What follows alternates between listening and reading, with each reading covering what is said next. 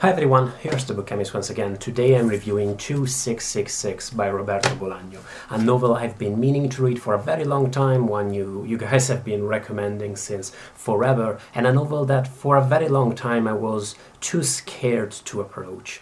This video is sponsored by Skillshare, which is an online community of creatives. It's a website offering video classes on a broad array of topics, from writing to illustration to web design, so much more. I'll talk about it at the end of the video, but you should know that there's a link in the comment section that gives the first 1,000 people to click on it 2 months of free subscription. I recommend you check the website out, it's great. I first read Bolano through a rather minor posthumous novel called The Third Reich, which struck me because of the ambitiousness and the complexity of topics and representation that it managed to pack in a somewhat straightforward and somewhat short narrative of this guy obsessed with miniature wargaming, vacationing in Spain with his girlfriend. Much later, a couple of years back, I read The Savage Detectives, which instead is considered among Bolano's greatest works, which I adored. It's a fantastic feat of storytelling, creating a world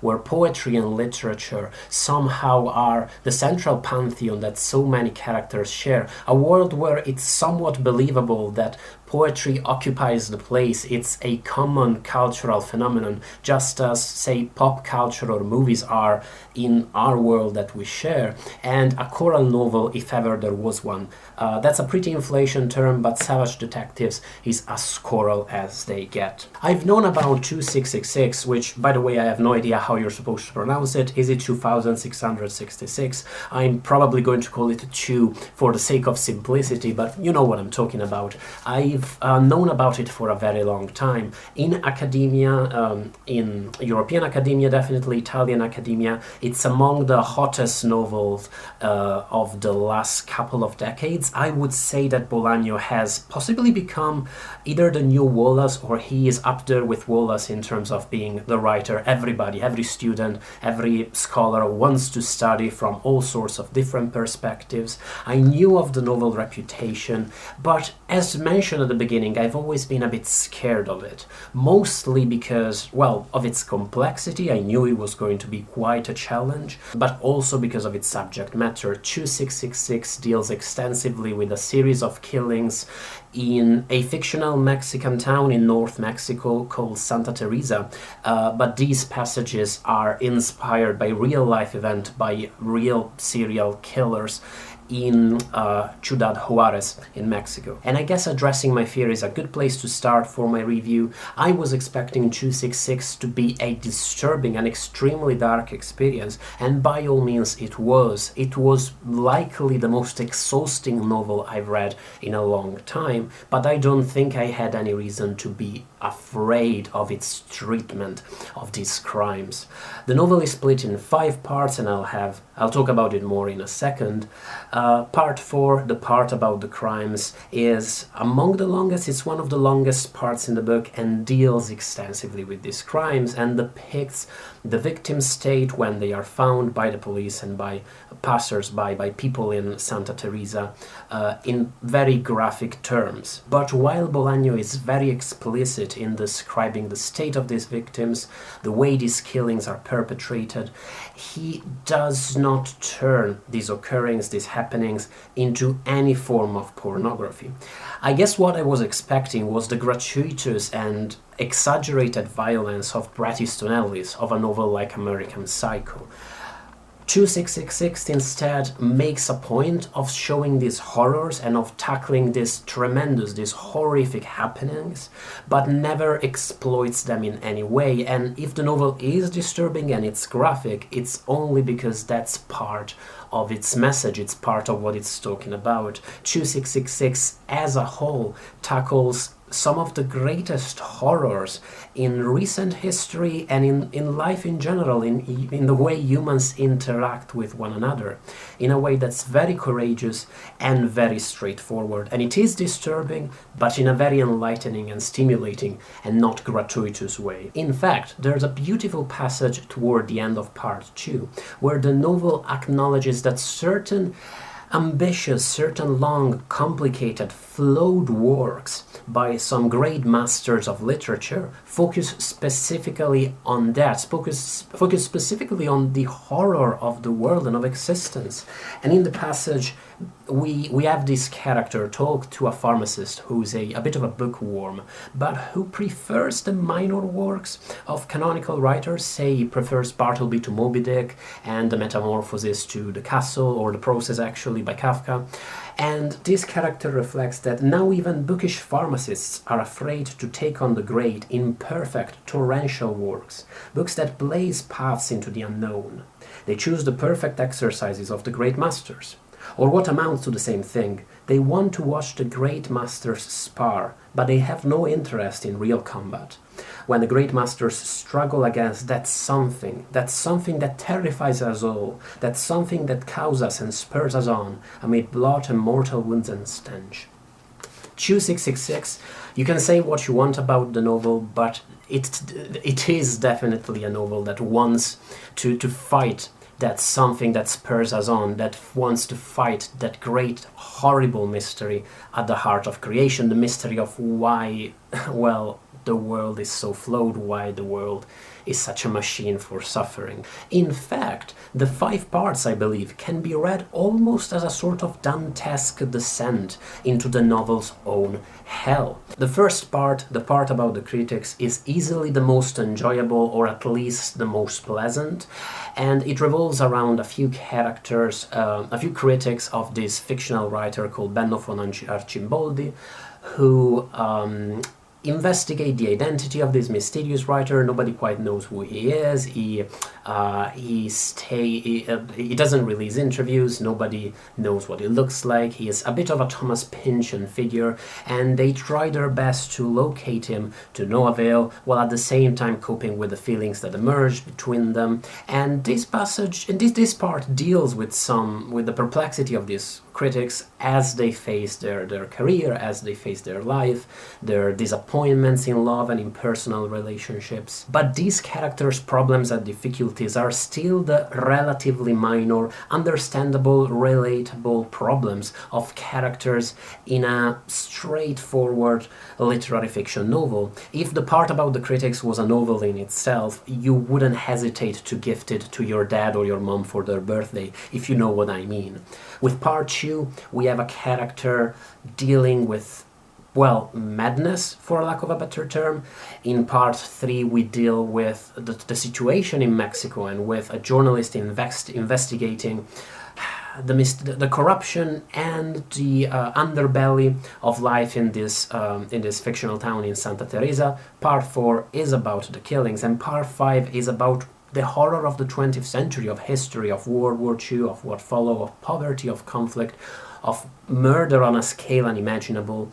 And again, it feels like the novel is building up, is gaining momentum, and more it tries to get a meaning out of all this immense suffering. At one point, one of the characters says that in these murders that are happening in Santa Teresa, in these serial killings of young women, there is the sense of the world, there's the solution to the enigma of the world, or something to that effect. And I believe that the novel might not find the solution. I don't think any human being can find this solution, but it really tries its best to locate and to get something out of the great perplexity we all face before pain and before evil.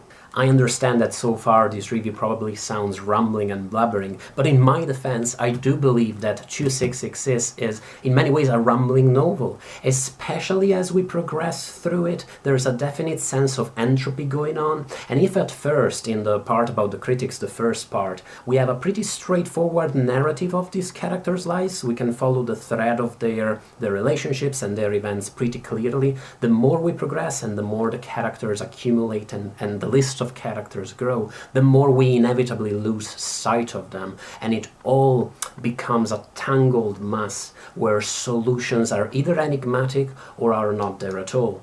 This might sound unfortunate to somebody looking for closure or for a solution, and by all means this is not a crime novel or a thriller or anything with a straightforward ending that leaves you nice and satisfied, but I do believe that there is lots to be appreciated in here, even just in terms of the plot, even just in terms of discovering what happens to these characters.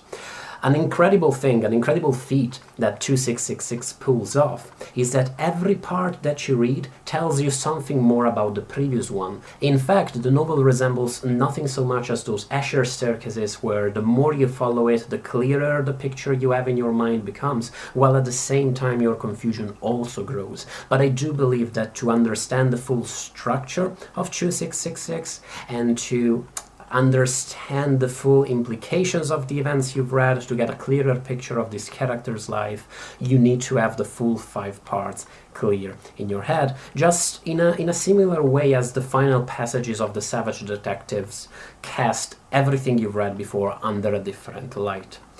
I'm saying how the 5 parts work together with one another because, as you probably know if you've read the book, and as you definitely know if you've read the book, and you might even know if you haven't, because it's part of the book's legend, Bolano at one point toyed with the idea of publishing the 5 parts independently from one another.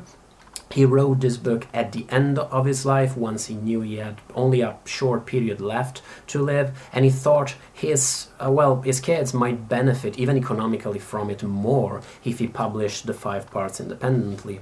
And in my edition, probably in any edition, there are editorial notes at the beginning and at the end of the book where the editors explain why they stuck to the original plan and published the whole book as a conclusive, as a cohesive narrative. And I believe, obviously, that was the right thing to do. The editors also make a point of explaining that Bolano would have probably worked on 2666 a little bit more had he had more time, but that the novel should be considered closed and final and polished, and that it's pretty much what he had in mind for it. And I believe, and it's not even my belief, it's pretty clear, the reasons why they make such a point of explaining that is that in many ways the novel does feel a little bit unfinished.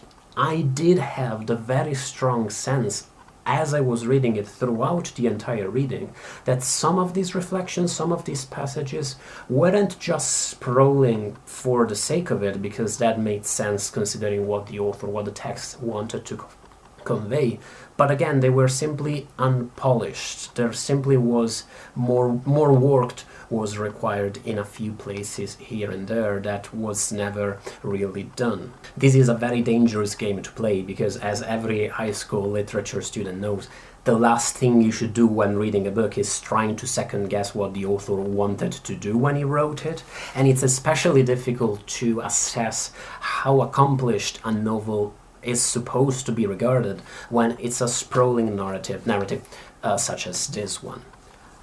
Still, I have to admit that when I was reading the novel, when I was reading 2666, I didn't find myself as enamored with it, as enthralled with Bolano's virtuosistic writing, with his commitment to portraying the complexities of human interactions and such a broad array of humanity, from the vilest to the most angelic. I wasn't as in awe of the novel as I definitely was of The Savage Detectives. 2666 is a difficult book, it's very dense, it's very long, it is very disturbing, and it's the kind of book that you cannot really assess a week, 2 weeks, a month after you've read it. I finished reading it 2-3 weeks ago as I'm filming this review, and I will definitely have to let it sit at the back of my mind and think about it and keep thinking about it for a while before I have a final opinion on it. Probably years. And that opinion too will have to be refracted through rereading. It's the kind of novel you have to study, probably across your lifetime, to fully understand. It's not just something you read and evaluate on Goodreads and that's it.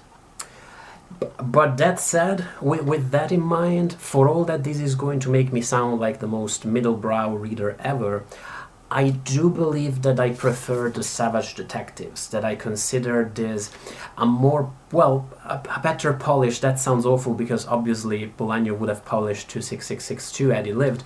A more polished achievement, a more engaging narratives, and I had a feeling that the topics Bolano is raising and discussing in 2666 and the things he was doing with in terms of narrative structure, in terms of, again, changing the meaning of the novel, the more you keep reading it, the more you progress into it. I had a feeling that all of those things were already done better in the Savage Detectives. It's generally quite silly to compare works, but I feel like this comparison is useful to explain why I was in awe of 2666, but I wasn't as awed as I was expecting it to be. I certainly didn't get this feeling that it's the be-all end-all of 21st century literature, as I understand that some people maintain. For the love of God, I repeat, it's an opinion that I contribute a few weeks after reading the book, and I'm going to put a link in the description box to a review by Jonathan Lethem, who is a big fan of 2666, considers it even more of a masterpiece than Savage Detectives, and will offer a counterpoint to what I just argued. I adored 2666's self-consciousness and its metafictional reflections about its own writing, like that passage I read about novels tackling the great horrible questions of existence. There's a beautiful passage late into the book where a few characters debate some nonsensical quotations from classic literature, say a quotation from Zola where somebody goes, "Let's go," said Peter, looking for his hat to dry his tears. These sorts of mistakes of the great masters, and I believe that the novel is in a way it's aware of its own mistakes, of its own imperfections, at least. And that's magnificent. I don't think it changed the way I see the world. It didn't teach me something quite as transcendental as other sprawling, difficult books like Gravity's Rainbows, like Moby Dick did. But again, as I said, time will tell.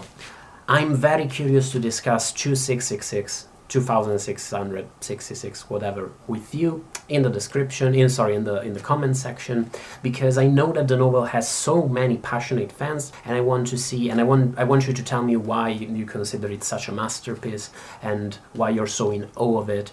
I'm really looking forward to discussing it. Thank you for watching, and thanks to Skillshare for sponsoring the video. As I mentioned at the beginning, Skillshare is a web community of creatives and experts in their fields, offering all sorts of video classes on a broad array of topics. A class I enjoyed recently was Tom Freeze's Sweet Spots, which was about illustration. It's about finding your own style as an illustrator, learning to have a consistent, a personal style, and learning to tailor what you do according to the specifics of your job. And one of my favorite things about Skillshare is how all of these video classes have a community section where you can share your works with other people taking the class, and my god, the community section for this class was amazing. There are just so many talented, great artists out there, and so many of them are on Skillshare, and it's an excellent place if you want to work on your passions and